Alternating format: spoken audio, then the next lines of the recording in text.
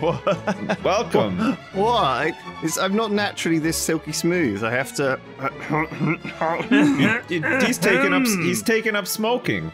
Just a couple of butts per day, but you know, he's just easing himself into a life of full chain smoking. Smokerama. All the info is out there, and he's just like, you know what? Who cares? Do your own research. Do your own research. I've done my own 40 research. A day. How else can you know? The voice crack in the do your own research. It's so true, isn't it? Welcome back. We're back. So it's been a busy week as usual. Has it? Loads of stuff's happened. Ooh, fill me in, brother. Yeah.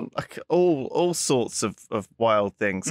So we were visited by TommyInnit. Do you know TommyInnit? Flax, you might not know who that is because it's a teenage Minecraft sensation. Oh, no, I'd never heard of him. I was going to say, was he the guy that did that song with Elton John that was #1 and Ed Sheeran? No, that was the sausage rolls guy. Right. Okay. Yes. No, I yes. don't That's the. We built the city on sausage rolls. That's the guy. There's a charity. That guy Christmas is song like probably in his 30s. Honestly, like okay. He seems so how old older. is TommyInnit? Well, he's 17. Good God! And he's a YouTube Leviathan already. He's a mega star on YouTube. Yeah, he's huge. He's enormous. And well, I mean, being 17, I guess, meant he was 15 when COVID started. Wow. Which is very worrying. Well, you think he started it? No, he's pretty well. He probably. It's less dangerous for him to get it, right? It's the perfect time to be 17, I think. Right. Yeah, I know some. One of the longest Johns' 2-year-olds has COVID, which is apparently just not fun at all for anyone. Yeah. My youngest daughter has COVID as we speak. Oh my gosh. Oh, wow. Yeah. She's off school. I don't think there's ever a good time to get COVID. I think the new variant is like ultra spreadable, right? Like that's like the key feature of it. I can't believe it's not COVID. It spreads better than I'm just looking at TommyInnit's his YouTube channel. 11.5 million subscribers. He put a video out 10 days ago, 10 million views. I want everybody else to go and load up his YouTube page right now, both of you please, and just go to videos. Right, hang on a second. I would say #1, Tommy, it's working for you, okay? But these thumbnails are driving me mad. It's the same expression in every single one, and in most of them, he's wearing the same red and white T-shirt. Come on, Tommy, mate. Let's put some. There's a couple of more expressions in here, but TommyInnit. It's just one face. Which one am I looking at? Any of them. Oh He's my gosh. I loaded up his page and they just screamed like really loud, we are skydiving. Laughing face. Tommy laughing face is like, I mean, that's clearly, I don't know, it could be an email on Twitch, but go back a little longer and there is no thumbnail. And he's obviously decided, you know what, thumbnails is the way to go. And he's right, thumbnails is important. But it just makes me laugh because he needs some new headshots. Because I'm looking, Minecraft's Funniest YouTuber Talent Show, We Ruined Mr. Beast's $10,000 Minecraft mod, and Minecraft's Funniest YouTube Hunger Games. It's the same exact picture. Come on! There's a secret, though, to that, What's right? the secret? It's familiarity and comfort, and it's all YouTube stuff, right? You know what it is, right? You know. Yeah, it's like similar. You like the last one, so you'll like this one. But my concern is that people would think, I've already seen that one. YouTube, remember, it doesn't show you stuff you've already seen. So no one shows me stuff I've already seen all the time. Well, like all the time. Not for me though. Really? Is there an option? Probably. Because if I click on YouTube, I guarantee you half the videos it shows me are either channels I've recently viewed. I'd say there's a good 5% of the things it shows me I'd literally just watched. You're watching it on your app though. You're watching it on the phone. No, I'm watching it on the PC. No one watches YouTube on the PC anymore. Yeah, it's much better. It's a big screen, mate. YouTube content isn't really for your PC anymore. Why not? It's weird. I don't know. It just isn't. It's not made for it. Anyway, we met TommyInnit, and he was actually super down to earth and super nice. Oh, I'm sure he's a lovely lad. Yeah, I was really worried though because he's 17. I'm 38, right? Like he obviously watched our content when we started doing stuff on YouTube. He should not have been. I mean, he would have been 5. Well, yeah. I mean, we started like 11 years ago, so I was 27. Yeah. So I was 10 years older than he is now when we started. Yeah. And we didn't really get successful for 2 or 3 years of doing it. And so it was kind of this strange. Obviously, he's familiar with us, but in an old school way, right? Right. He's not kept along following any of the new folks and changes. He didn't really even know Duncan. Do you know what I mean? It was like he was just interested in me and Simon. Poor Duncan. So he turned up and he's like, "Who's this guy?" And Duncan just started crying. Did he say, "Cup of tea? I'll have a cup of tea, milk, 2 sugars, please." So he obviously is doing like a vlog channel, so he came and sort of wanted to do a sort of skit, and we were all like, oh god, what do we do, because this isn't really our thing, right? We're not really gonna like jump around and chase people around the office and do like the kind of content that he does. So I watched a bunch of his stuff, like and it's all good, it's all interesting. He's got energy, he's young. Yeah, the thing about spunk. Well, the thing about TommyInnit is that these guys have very watchable videos. Like, do you know why Dream is so successful on YouTube? Who? Dream? No. Oh my god. So Dream is enormous. If you look at his channel, right. Dream, DREAM, 28.1 million viewers. His profile picture is just like a goofy black and white smiley face. Yes, that's right. This guy. Each of his videos gets like 30 million, fucking unbelievable. 50, 60, 100 million views. He hasn't uploaded a video in a month. But look at the thumbnails as well. They look like shit. Some of them are even the same. Literally the same. But he's got the same thumbnail here for like 8 videos, and they all got close to 100 million views. Good God. Wow. So yeah, that's a lot of views. Don't matter. But so the thing, you watch some of this stuff, and it's really fucking amazing. He is so good at Minecraft. I watched him fall off a cliff, craft a boat in his inventory, place the boat down, and survive. Do you know you're in a safe place, because my at the time 9-year-old son also watched that one and thought it was amazing, and at the dinner table told my whole family about it and asked me why I couldn't be that good at Minecraft. All right, here, I've got a question. Hold on a sec. I'm going to bring in an opinion from the target audience, because this is a rare opportunity. My daughter is actually in the house because she's off poorly.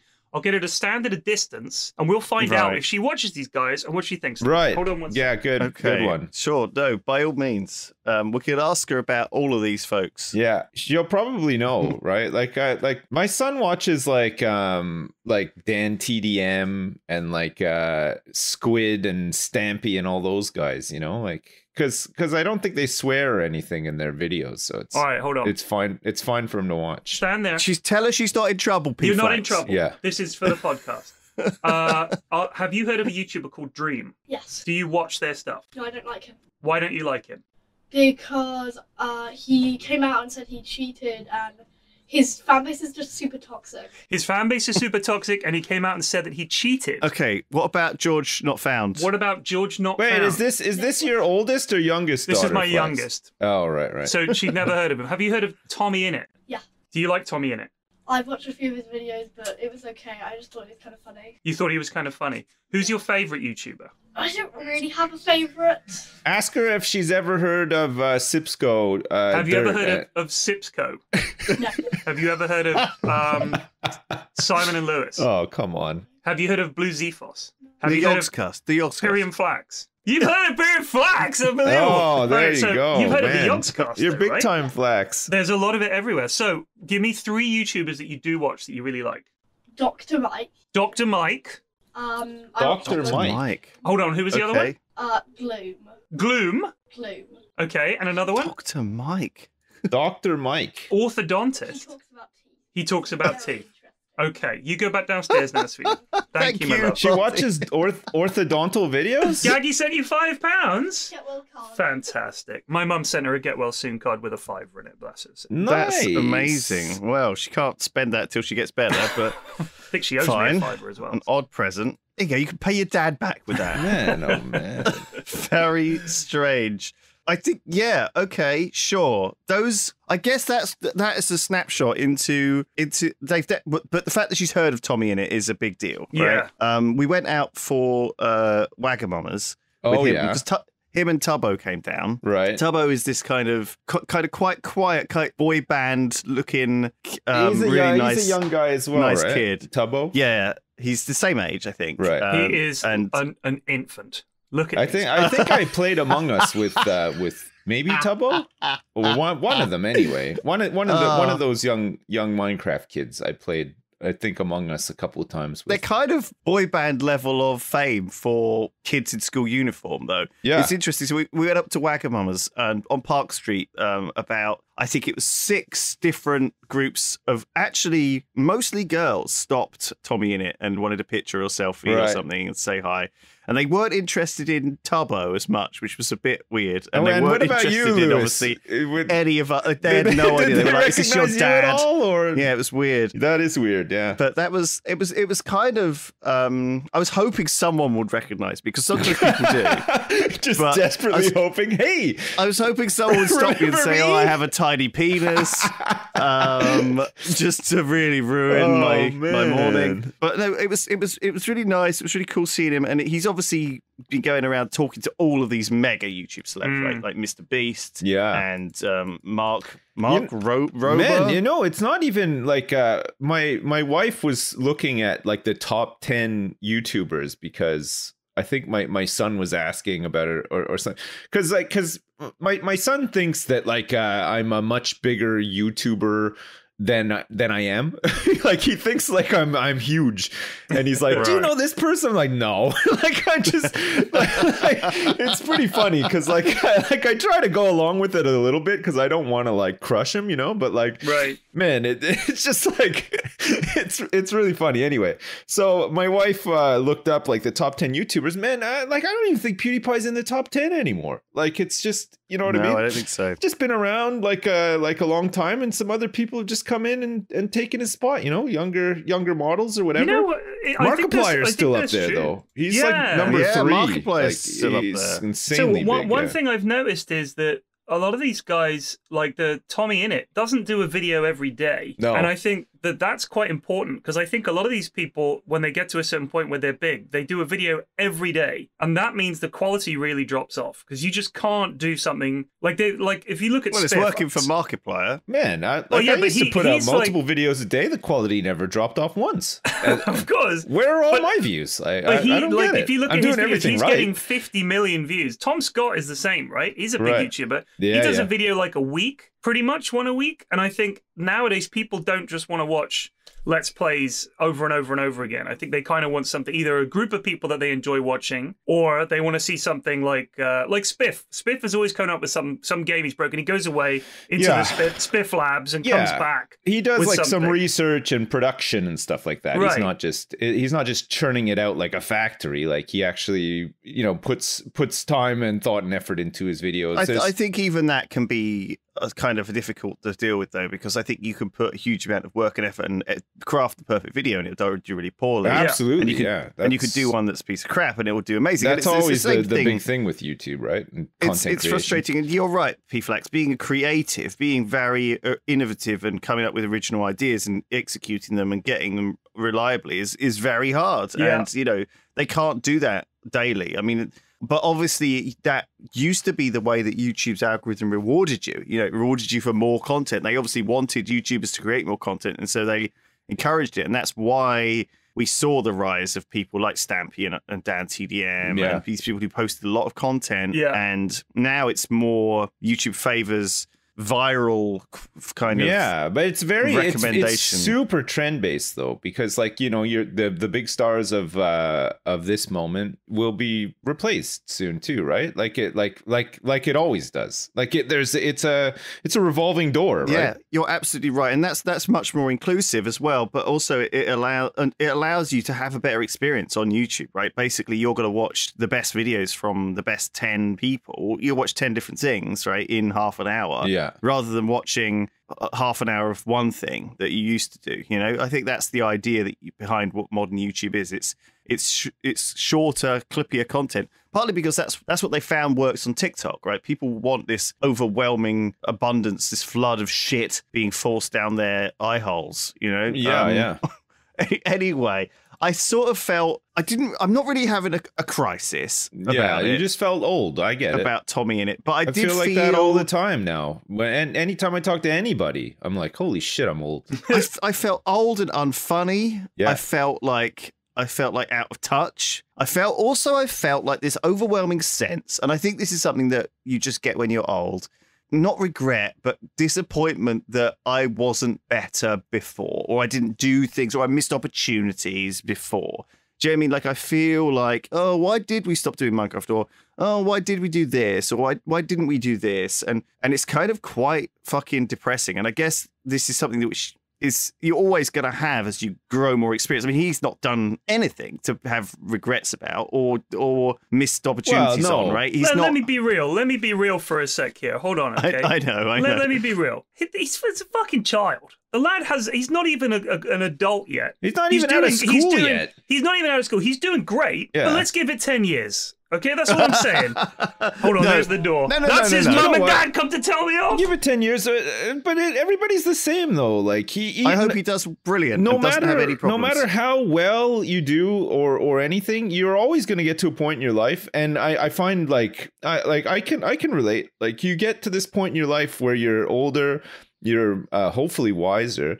But you look back on things and you think, man, if I had the knowledge I have now, I would have done that differently or whatever. But you can't. You can't torture yourself with that kind of stuff, because you are who you are at any given moment or whatever, and you're just doing what you know how to do at the time, right? Like and exactly, and it all happens for a reason. You wind up where you're at. And furthermore, you guys have to realize that when you started doing this, it was completely unknown. Yeah, it wasn't a fixed it wasn't as blueprint. Sensational as it is today. Yeah. And we did well. We great. cannot complain. Like we've sure, like things aren't like as high octane as they used to be, you know, like bitches on the left and the right and like Ferraris and stuff. It's not like that so much anymore. Now it's more just potbellies and too many kids. And YouTube wasn't on every kid's phone. Kids didn't have smartphones in all their pockets. And honestly, didn't have iPads glued to their faces 24 hours a day. When you think about it, the sort of like once we sort of like started to like plateaued and just started to become sort of like seen as like older YouTubers at the time or whatever. It was Stampy, right? Stampy got pretty big during that time. And even then, kids didn't have YouTube on their phones, because a lot of his views came from the integration of YouTube into like Xboxes and PlayStations and stuff like that. Right. And it was these sort of family-friendly playlists that could just play over and over and over on these consoles. That was working for those guys at the time. And now it's changed again, and it will change again, and it'll change again, and it'll change again. But like, you can't look back with any regrets, really. No, I don't think you should ever have regrets. We did the best that we could at the time, knowing what we knew at the time, and we've done well. Like, come on. I mean, geez, I sit around in my shorts all day playing a massively unpopular game, and I don't even blink an eye about it. I'm enjoying every minute of it. And it's all off the back of what we did 10 years ago. So it's great. You're right. I think given I've just finished watching Devs, actually, P-Flax. Oh, what a show. Like, it's the idea of that is it's kind of deterministic. Like we would have made the same decisions at the same time, regardless, right? Like and all of my decisions were rationally taken. Right. There was no time in my life when you were making them at the time, you weren't, in your mind, you weren't taking a big gamble. You were making what seemed the rational decision, and you were doing well. I've never been like really in a crisis miserable, and if I was, I usually had people to help me through it. You know, it's not like, and it's the same thing now. I'm not really having this thing. It's more, I guess, of an existential thing when you see that people like, I don't know, Einstein wrote his brilliant thing when he was 25. Yeah, let's all compare ourselves to Einstein. That's a healthy mindset. No, but but the thing is, like, you'll find that most famous authors and most famous people did their famous thing before, like when they were younger than we are now, right? And every time you hear about one, you're like, oh, I'm older than him when he did when he wrote that famous thing, or this guy was dead by the time I'm right. And I'm still going, kind of thing. It's I think it only you get used to it, right? But I think it's just I don't know. It was funny to be directly confronted by young, successful YouTubers, good looking, popular, literally got 10 years ahead of them, easy, and they've already made a chunk of change to start their life with. But just to give you an idea of how old they are, when we went to Wagamama's, Tubbo just ordered 2 desserts, sat down, ordered 2 desserts, and I either respect that as like an alpha Chad move, right? Yeah, it's like I don't give a fuck what you want me to eat. I'm just gonna order. I can do what I want now. But it also screams to me. I have never seen that done before. That is a child with money, there. No, that is a young kid move though, for sure, right? I really want to do it though. I want to go. Well, in. You can. Everyone's ordering their mains, and I'm like, just bring me 2 chocolates. You can do it. What's stopping you? There's nothing stopping you. I don't know what's stopping me. Yeah. Guys, is reality. Like I go to I'm going to weddings and things, and talk to elderly dying relatives, and I just have a normal life where I feel like I have to kind of just stick to a path and be an adult. I wouldn't want to just have dessert. That young lad will soon realise that if you only eat dessert, what is dessert? You know what I mean? It stops being the treat at the end of the meal. That's the whole point. The palate cleanser, the sweetener. I haven't thought of it as a treat at the end of the meal for a long time. Yeah, because who fucking eats dessert? Like, I don't eat dessert. Man, I haven't eaten dessert in a long time. Who fucking cares? I know it's a flip that happens at a certain age. How do you feel about Marmite, by the way? I hate it. Crumpets, actually, as well. I love crumpets, hate Marmite. I don't mind Marmite. It's all right. Like, I'll have a little bit from time to time. I tell you what, I really like Marmite flavored rice cakes. Ugh. The smell makes me wretch. Oh, it's so nice. Grim. It's nice. I can't do it. I keep trying Marmite again every year, like torturing and punishing myself, thinking, maybe I'll like it now.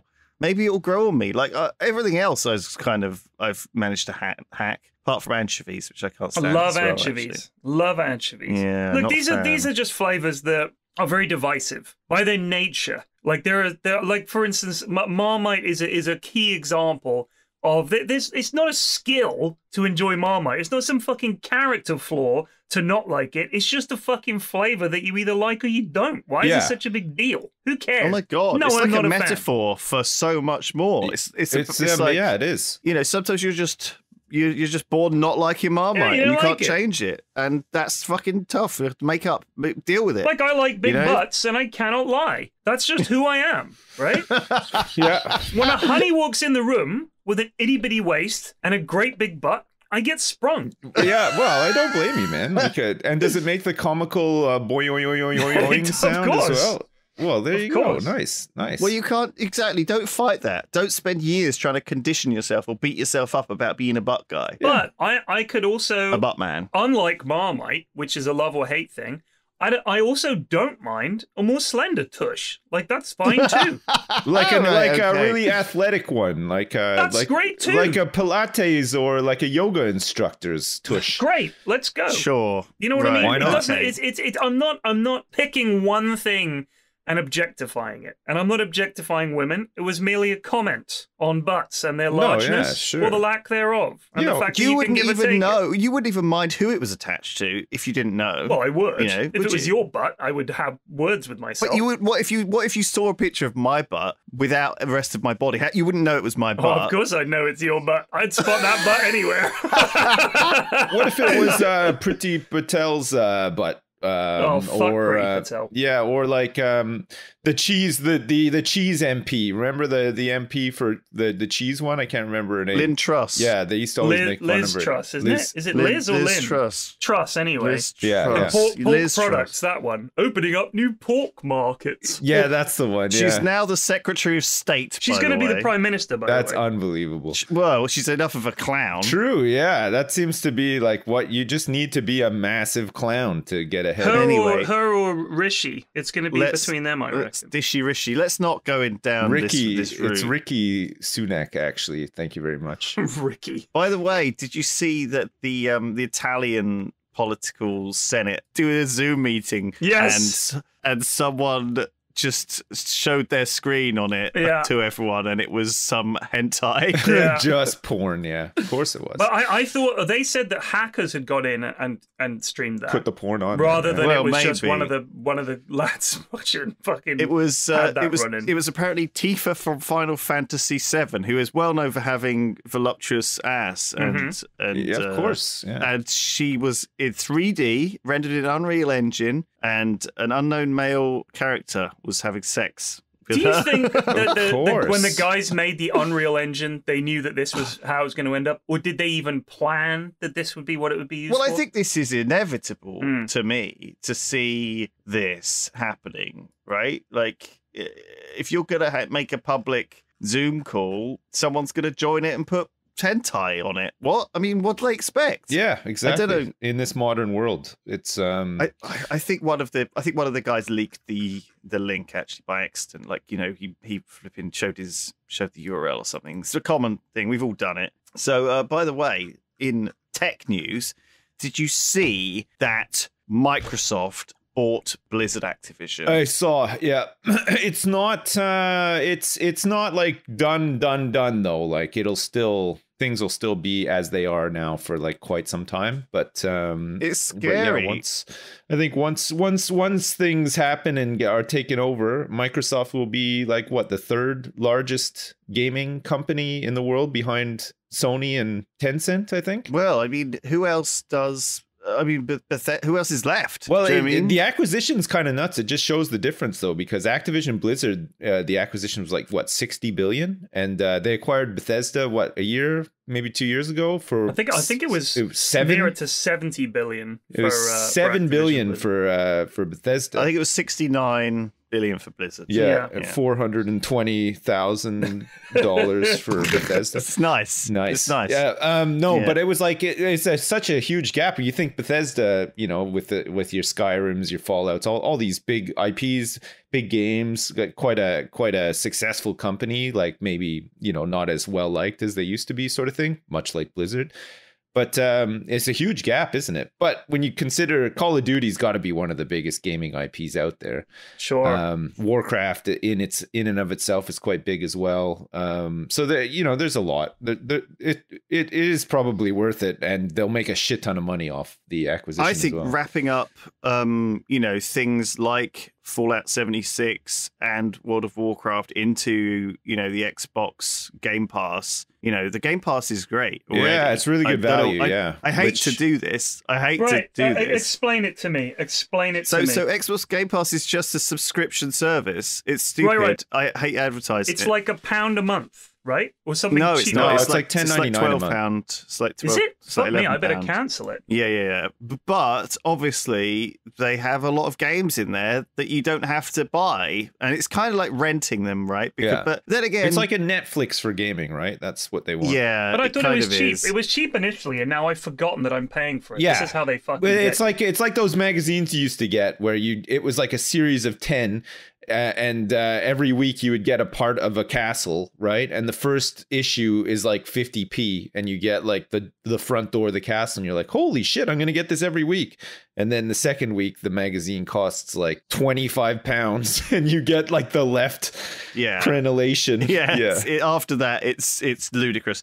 And I guess they make 100,000 of the first copy, and then 1,000 of the rest, because there's no way nobody anyone's buys them. buying Yeah, that. exactly. It's For £8 a month. $11.99. It's £8 a month. It's £8 a month, sure, but it's actually, it works out in a way to be, first of all, sometimes the only platform where you can play a game. Like, I'm not sure you can play the new Halo on Steam or anywhere else. You right? can. I think it's only play it on there. Steam. Is it I on think. Steam? Yeah, okay. I'm pretty well, sure. I'm wrong about that. And the multiplayer of Halo, the new Halo, from what I'm told, is actually free to play as well. You don't need to. So the Halo Infinite is free on Steam, but the campaign is £50. Yes. Okay. Yeah. And you could just play that for free. Well, I say free. It's not free, is it? It's rented. Yeah. For a subscription service. Sure. On Xbox Game Pass. But as a result, these days, if I want to play something that's a £50 game, I'd rather play it through on Game Pass and then forget it than own it forever, probably. Yeah, well, there's a lot of games that I own forever. I don't go back and play again. Like if I played it, I'm not going to go back and play Subnautica again, for example. It depends on the game, right? Like if it's something where it's like satisfactory and they put in a big new update in, you might come back and stuff like this. But I mean, obviously, it's a really clever way to get people off Steam onto some other platform, and it adds up, right? Like you think, oh, I'm not going to pay 50 quid, but after 5 months, you've paid that anyway. And if you're not really using it, which a lot of people don't, I'm sure it makes them decent money. Anyway, it's an interesting platform and an interesting setup, and there's definitely some good games in there. And I reckon saved money overall playing stuff. So big shout out to our sponsor for this week, Microsoft Game Pass. Sign up today, 50 pence, and next month it'll go up to £12 a month. But first month is only 50p. So yeah, largest catalog of hentai games available. Well, who else is there that Microsoft can buy? Name like big studios like that are left. Well, a lot of like big studios Valve, I think most of them are now under big publishers, right? Except for notably probably Valve, who's probably the biggest self-publishing studio. They were, and then they stopped making games. So that's I mean, we're literally leaning on them to be a big game producer. What about Ubisoft? Are they still separate, or did someone buy them? I believe they might still be separate. Yeah, I'm not exactly Team 17 sure. publishes quite a few things, not massive, but they do publish some things. Yeah, I mean, at that point though, we're in the middle ground. So I mean, obviously you've got the big game devs like EA and that, but then you've got this common like Frontier and Paradox. You've got all these big publishers who usually have a small game studio themselves, but mostly they're working with other smaller little groups. Lots of people. Small studios, and I think that's where the bulk of good games seems to come from. It comes from 2 to 5 people, small studios, making these big titles that seem to do well. I think the majority of the games I seem to play come from those sort of places. Anyway, I thought it was some interesting news because it means there'll be changes for I guess the Bethesda and Battle.net. They were always trying to launch their own launcher, make their own captive audience on their own platform. Sure, I know that they'll definitely be wound up and added to, I assume, Game Pass. I just assume that's where it's going. Yeah. And it'll be this place where that brings together all of their games, on there. It's it'll give them a lot of, like with all like the Xbox exclusives plus owning, I mean, like Microsoft now own some of like the more well-known IPs out there, right? For games like PC and console. It's kind of nuts to think. I'm a fan of Game Pass just because it keeps fucking these console titles on PC. Like the fact is that so often, I hate the PS exclusive because I don't have a PS5 and I doubt I'm going to buy one. No, I ain't buying one. I don't have a reason to buy. I'm sure I'll have one eventually. Like I'm sure my son will probably want to get one at some point. But I mean, I got a PS4 for Red Dead 2, right? Like that was it. That was enough of a game that I was like, I am gonna buy. Honestly, this. I think getting a PS4 for Red Dead 2 is completely worth it. It's such a good game. Oh, it was. But my PS4 has sat. Where is it? It's on a shelf around here somewhere for years. Like whenever I finished that was. I actually played through all of GTA 5 on my PS4 as well. Just pretty good going. Actually, it's like two games that I've actually started and completed on a console, which is... I did play that Spider-Man game on the PS4, and that was actually really good. Which one? But I thought I can't remember. You web slinging around, you fight people, you upgrade your Spider-Man game. Sorry, I missed when you said it was good. Like it was actually good, but I just thought it's meant to be really good. I don't know that, like, obviously being a console game, it's going to be quite arcadey, and I just think I've done that, and all right, I'll be able to do more of it as the game progresses, but there's not a storyline there that I'm interested in, and it's not enough. It's not enough. Like, especially because there's no multiplayer. It's not like some strategy game. Like, I've fucking been playing this game this week. Oi, if anyone out there plays this game, I need your help, okay? It's called Ultimate Admiral Dreadnaughts. Oh, right.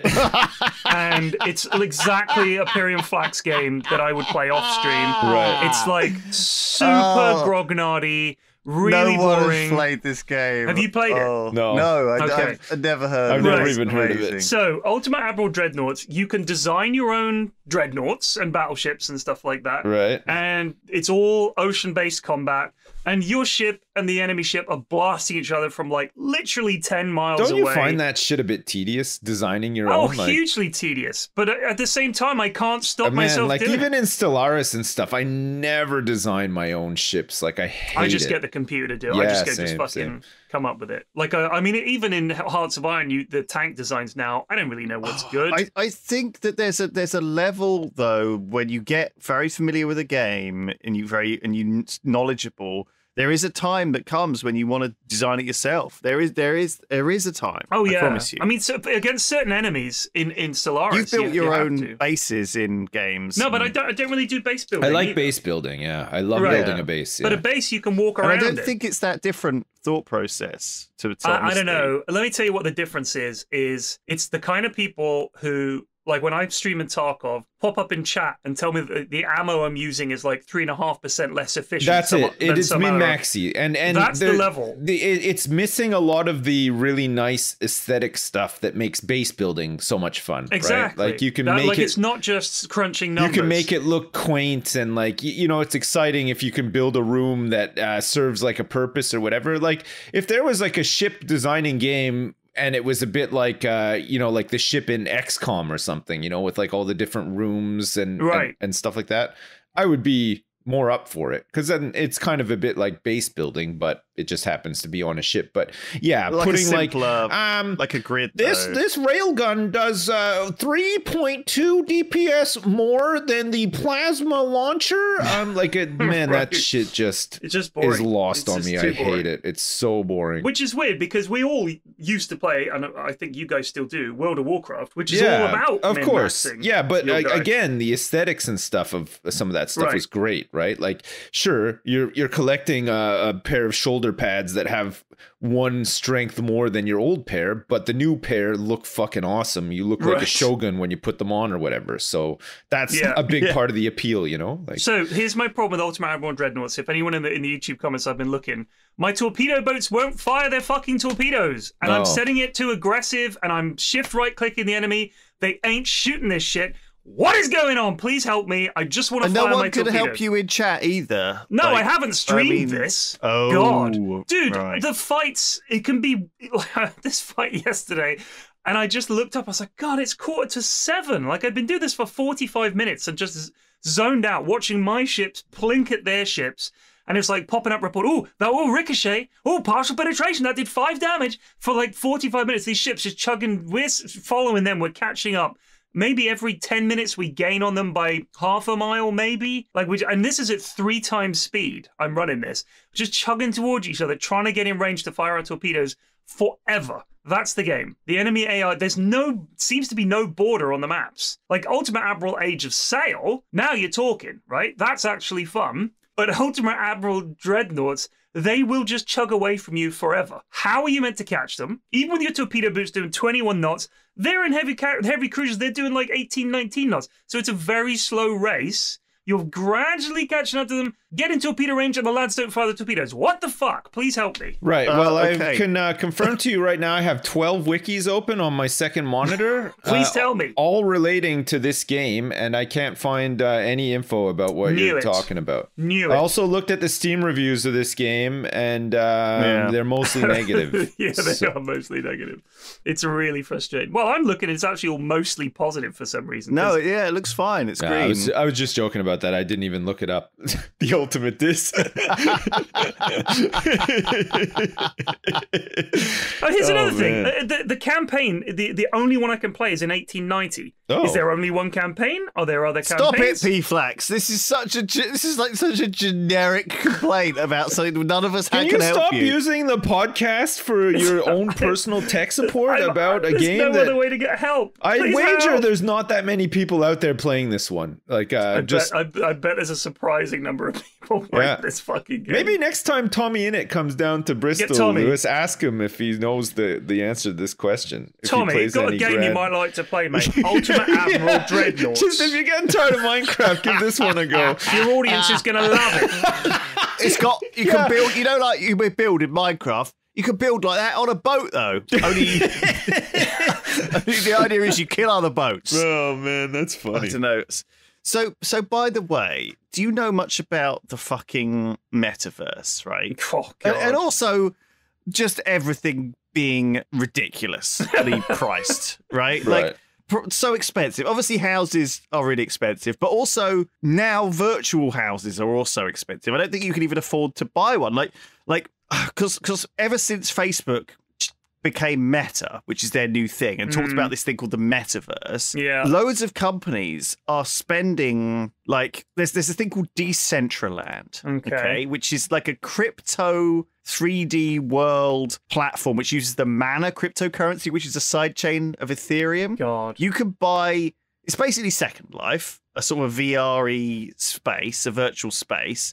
But one company spent $2.5 million buying up land in it. There's another company that spent $5 million buying up land in a game called The Sandbox, which is Atari's metaverse, which is, again, blockchain-based 3D open. We talked about this a bit before with pets. But there's these sort of niche virtual worlds. Not many people are even, like, aware they exist, okay?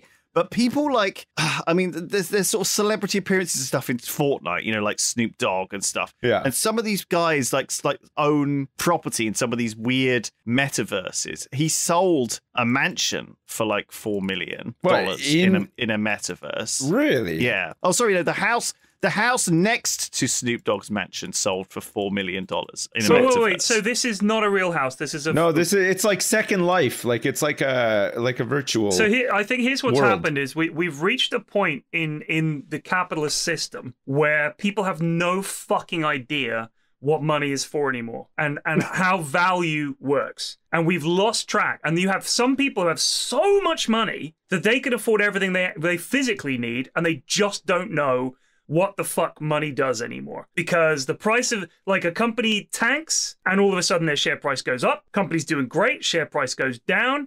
Nobody knows. The markets don't know. People are just gambling all the time. It's purely speculation. It's just become speculation.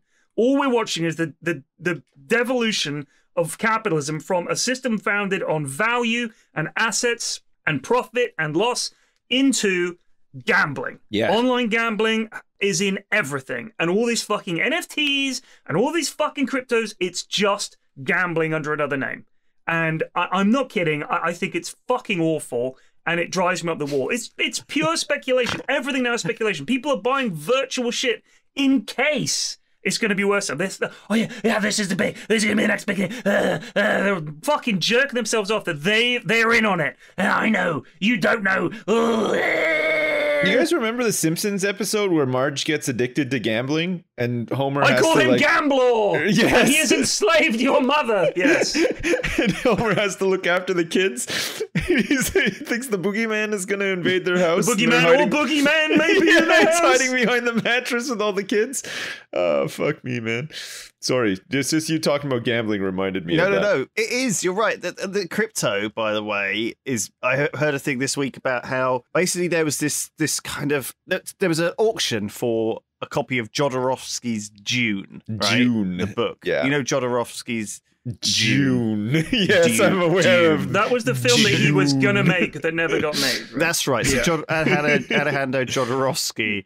He wrote did a bunch of comics and really cool books, actually, which I've read some of. I recommend. But yeah, there's a movie called Jodorowsky's Dune about the non-making of the movie, right? Which is especially relevant if you're interested now that you've watched the sort of Dune movie and you know what it's about. Because I think it was hard to watch if you weren't familiar with the universe or hadn't watched either of the original movies. Anyway, there was a book for sale, and there were I think there aren't actually any books of this Jodorowsky's Dune. It's like a rare book. Okay? Right. The idea is it's a rare book. And anyway, a copy sold for like 40 grand about 3 years ago.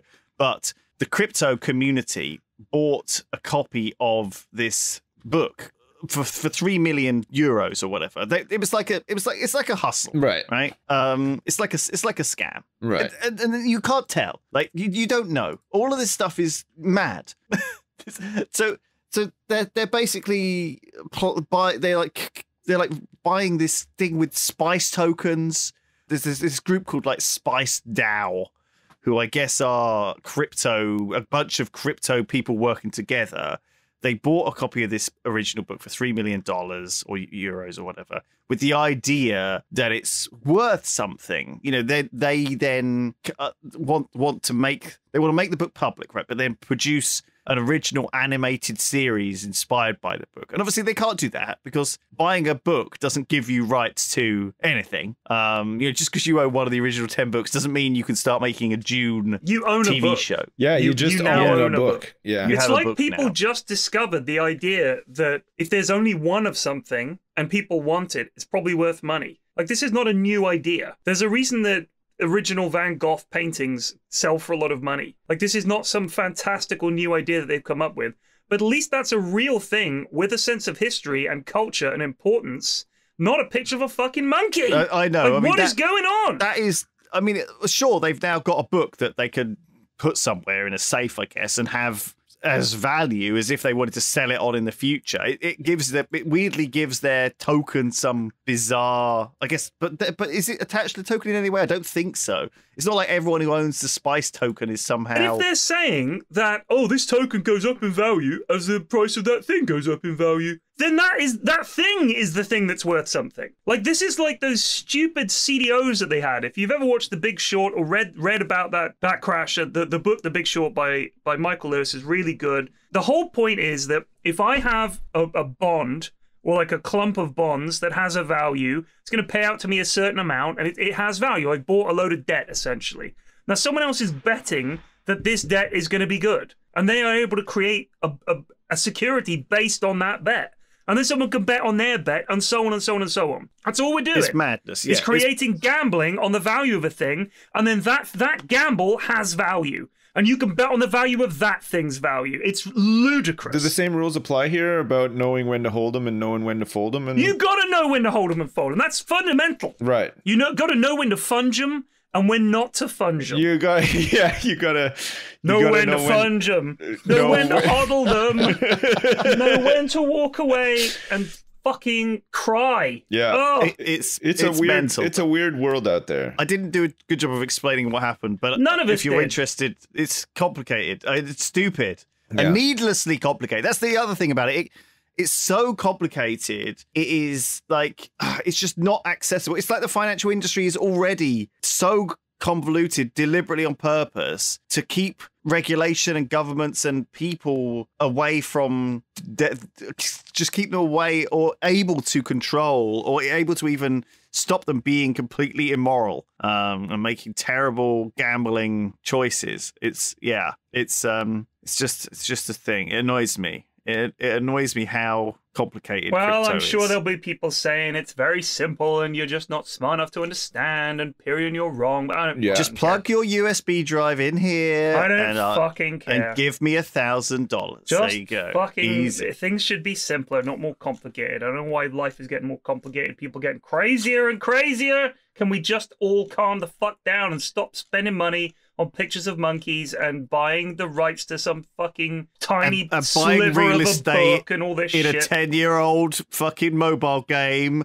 or buying a fucking digital Tamagotchi and paying someone to raise it for you. You can do it's that. Mental. Jesus Stop Christ. it. I would say if you think you're going to get rich that way, these are all massive pyramid schemes. And like, if it sounds like a pyramid scheme, smells like a pyramid scheme, it probably is. Yes. And you guys are all propping up these people at the top who own this shit and are making a fortune off your stupidity. Stop it. Right. Listen, moving on from this subject because it's a confusing one. I have been watching one of my favorite shows, season 5 of the Italian crime drama Gamorrah, which is really good. Oh yeah. And the season 5, which is the current season, is the final season. So going into it, you know that this is it. This is the last season, and I'm just on the last episode. We're going to watch the last episode tonight, probably.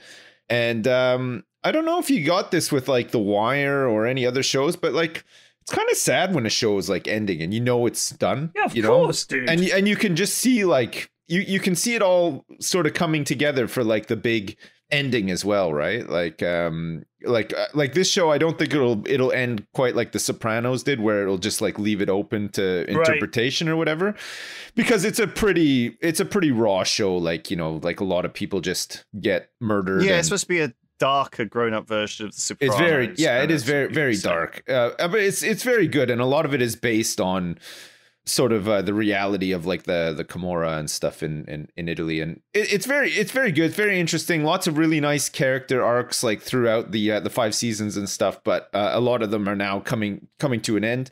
And is it all subtitled? Are you watching it? Yeah, subbed, I watch it in Italian but subtitled. That's interesting. Oh, it's awesome. Does that give it good. like more kind of authenticity? Yeah, I mean, I did the same with like Squid Game, and I prefer to watch stuff like originally and then subtitled. I watched Dark subtitled as well. I don't know. I just wanted to check. I hate I hate dubs, how like out of sync they are with like the movements of the characters, like lips and stuff like that. It kind of annoys me, so I just watch it subtitled. What I more meant by that was like, do they do like a lot of, because it's Italian, they speak with their hands a lot. Is there a lot of that in it and stuff? Yeah, but it's like gestures. They're not an excitable culture of people in the show, though. You know, they're all very somber extortionists and drug dealers and stuff like that, right? How would they feel if they were watching their politics and it was interrupted by Final Fantasy hentai? Oh, I don't know. Like, I think there'd be like probably a couple of rude gestures, maybe like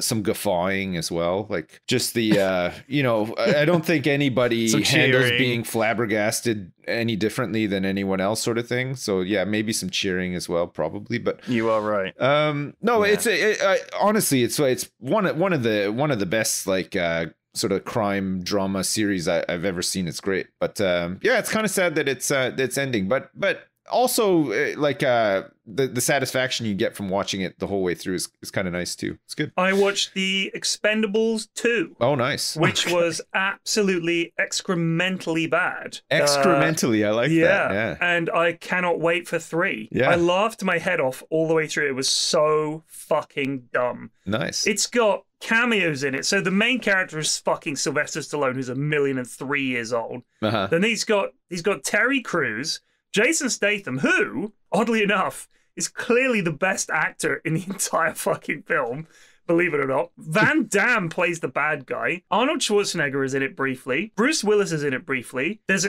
Jet Li is in it briefly. It's got a couple of other actors. I don't know who they are, but they're just big lugs. It's got Dolph Lundgren in it. And then Chuck Norris is in it. Chuck Norris turns up. is in it. There's a scene where there's a tank and like 100 guys shooting at Stallone and his gang, who are, this tank is shooting them, like hiding behind a car, and there's all bullets pinging off him, and Stallone turns to the girl and he goes like, "I'm out of bullets," and he's like, "Oh, what are they gonna do?" And he says, "Well, I got one left," and he stands up and shoots a guy, and suddenly all the enemies get felled in like a split second, and the tank blows up, and he's like, "I wonder what that was."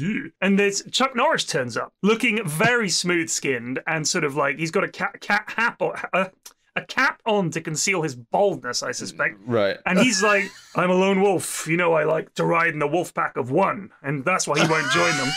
And it's like, it's laughable. It's absolutely laughable. But there's a scene where Stallone turns up in this village, and there's these women there, and they're all firing these guns at him and missing. And they all stand up and they're like, "Oh, the safest place is in front of their gun." Wow. And they're laughing at these peasant women who can't shoot straight. Like, yeah, sorry, they're not fucking soldiers like you yahoos.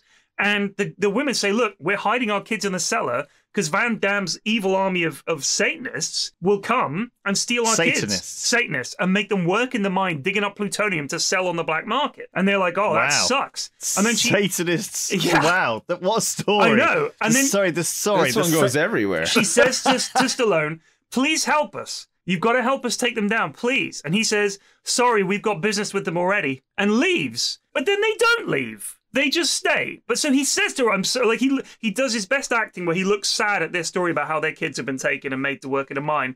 And he just says, "Oh, sorry, yeah, we can't help."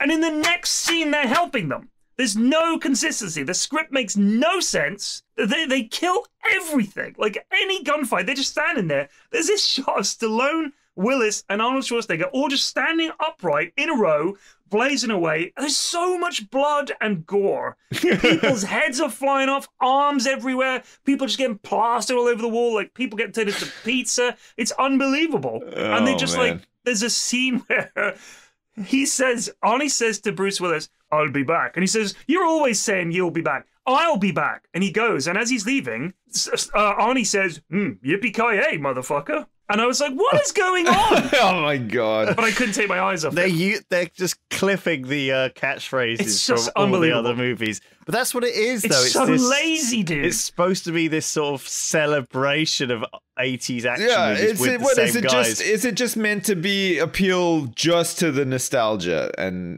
nothing I else? don't know. I don't know. There's this weird sex thing, like vibe going on between Stallone, who I believe is 70. Let's look up how old Sylvester Stallone is. All right, he's 75. Jesus Christ. So he is in this movie, and there's this much younger, a very attractive Asian woman in if it. Stallone is 75, Clint Eastwood has to be 120 years old I now. think Clint Eastwood is 91. Jesus Christ. I'm going to check that. You're he is right, 91. he is. So, Fucking hell. So Stallone is in this, and this woman is probably late 20s, possibly early 30s. And she's like, can't take her eyes off Sylvester Stallone. I'm like, come on. Yeah, but Sylvester Stallone probably wrote the script, right? No, of course he did. So well, no, it was written by a guy, and it says, and Sylvester Stallone. Yeah, of course Meaning, it was. So Sylvester Stallone turned up and said, make all the hot babes lust after me. That's my contribution. I'm the leader, so they would like me. Like, that's the way. That's And it. it's so stupid. It's just unbelievable. Yeah. But yeah, I honestly couldn't recommend it enough. There's a bit where Chuck Norris kicks a guy into an X-ray machine because they're fighting at an airport. And then when he shoots him, we cut to the X-ray monitor and you see his skeleton convulsing as the bullets slam into him. I mean, you know, how could you not enjoy that on some level? Stallone's big plan to get into the mine is to fly their plane into the tunnel of the mine shaft. The wings get ripped off. The plane almost blows up. They all almost die. And he's just like, how are we going to get in? He goes, I got a plan. He says, you got a plan that's not going to get us killed? And Stallone's like, probably. So it's just insane. It's insane. Anyway, it was a lot of fun because it's so bad. Wait, so But it takes itself very seriously. that's the thing that I don't understand about the movie though. That it would possibly take itself seriously. Like There are definite moments where it does. Jesus. Definite moments where it's not just played for laughs. Like there's some tongue-in-cheek stuff in there for sure. But a lot of it is Stallone's reaction is not one of comedy. Like, all the lines where they're, like, joshing each other and ribbing each other are dreadful, and all the characters are very strange. And, like, there's a scene where Dolph Lundgren improves on Einstein's special theory of relativity and then eats the napkin he's written it on, and they all laugh. I was like, what is going on? Like, are we meant to believe he's a genius? Man, I would love some help? statistics on just the amount of cocaine consumed in the production of this. I would say the roids, dude. They're all jacked. Just the lack of awareness that someone can sit down and improve upon some scientific stuff like on in an afternoon. By the way, I've just read that Novak Djokovic filmed a cameo for the movie, but apparently it didn't go into the final cut. Right. I guess it was in the DVD extras. But Novak Djokovic, Worlds Collide, obviously recently been banned from Australia. What did you think of that, by the way? I mean, it's their country. If they want to ban him, that's the way it goes. If there's rules and you don't follow them, get to fuck. Like, it's that simple. I mean, also, for him to come out and say, like, I know that he's a majority stakeholder in some company that's working on drugs to treat COVID, but he also espouses this natural... this natural immunity and all this kind of shit. Yeah. I mean, like people ask, what did people do before vaccines, lol? They died. They fucking died in very large numbers. That's what they did. That's why we have them, to save lives. You're a fucking moron if you think otherwise, and I have no time for it. I've been infuriated by this podcast this week. I shouldn't have been, but these topics have made me very cross. It's good. Like, people are still not out and about. You get the blood levels up, Everything's making us cross pumping, right now. Like, it's we fine. feel old. The movies with people even older than us are still getting made.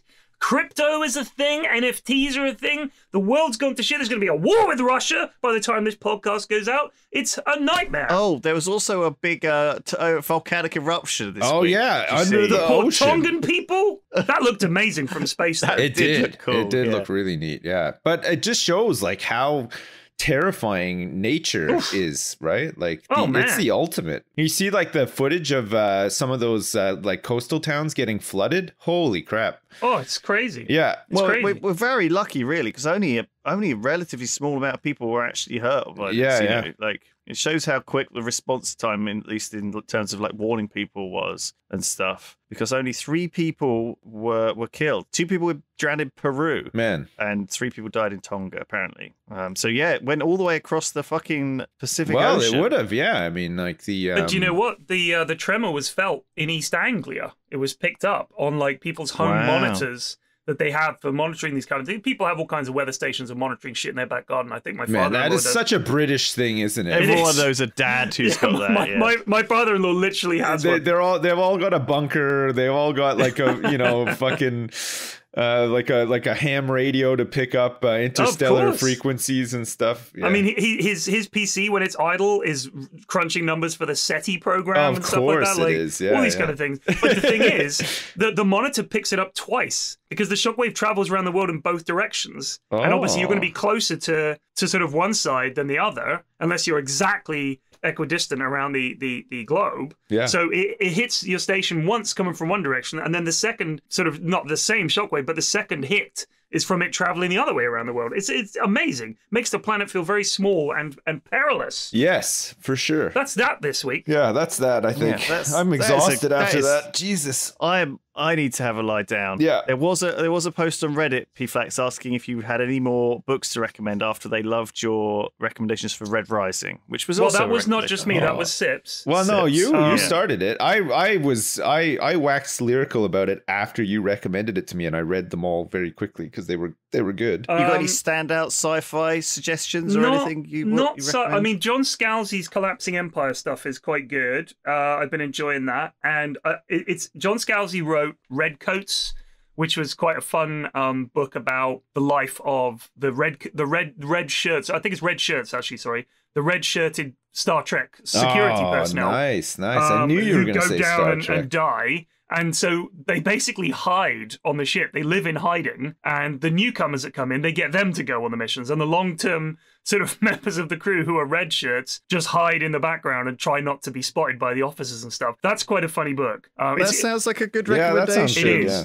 It's quite meta. But he also wrote like Old Man's War, which is about this sort of galactic conflict that they're involved in, where because they're running out of sort of people, if you like, they say to old people, we'll give you a brand new young body. Your brain is going to go into it, but you have to serve in our colonial marine forces for X number of years, and then you'll be free. Yes, which is very Starship Troopers vibe. Yeah, but it's very good. But he's written this series called Collapsing Empire, which is about this empire that is connected, these huge hubs, these orbital habitats, and they're all joined up by this sort of ethereal sort of link that's like a hyperspace channel. And the issue is, and you find that this isn't a spoiler, this is what happens very early on, they find out that these channels are moving. So the planets are going to be cut off from one another, and the empire that has stood for X thousand years or whatever, when these sort of pathways move, you can no longer travel. They don't have FTL travel. They have to use these special pathways. And when they collapse or change direction,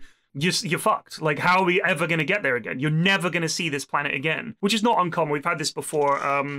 There was a Banks book. God, what the fuck was it? Was it The Algebraist? It might have been, where this planet was cut off from its Stargate got blown up by terrorists, and they could no longer get. They'd wait hundreds of years for these slow ships to turn up with a new gate, so they're reconnected to the Empire. What's changed in the meantime? You know, they've lost touch with the society that they're a part of. I mean, imagine if a huge chunk of Britain just floated off into the ocean and we had no way of communicating with them, and then we brought them back in. What would they be like? What would it change? You know, would they suddenly feel like, oh, actually, we're a separate thing now? So it's quite interesting. But his books are really good. And if you want something more literary, Hilary Mantel's Wolf Hall trilogy is exceptional. The final part, The Mirror and the Light, came out a couple of years ago, so you can read the full trilogy now. It is exceptional. It is exceptional. Every page will have a passage on that you will just have to stop and put the book down for a second and marvel at what a good writer she is. Wow. Well, there you go. That is some top tips. I will check those out, PFlax, as well. Thank you. Thank you for listening. Thank you, everybody, and stay safe. God bless you. We love you, and these United States and America as well. Don't let anything get to you. Don't let the bed bugs bite. You know, don't sweat it. No, we all have a crisis, but you know, you can't. You just have to get angry, roll with the punches. Let it out, not in a way that hurts other people. Just yell a little bit, get frustrated, vent, and then just realize that life goes on, and you're just a tiny part of a much bigger puzzle. What are you going to do? Exactly. What are you going to do? Exactly. Not what you can do about it. What are you going to do? Yeah, just forget about it. Be good to people. Just forget about it. Buy someone a present. Give someone a ring. Be nice. And party on, dude. Yeah, party on. You remember that? Be excellent to each other. Wow, the triple Triforce wisdom here from all sides. And party on, dude. Party on, dude. I like big butts. All right, see ya. See ya. Bye. Bye.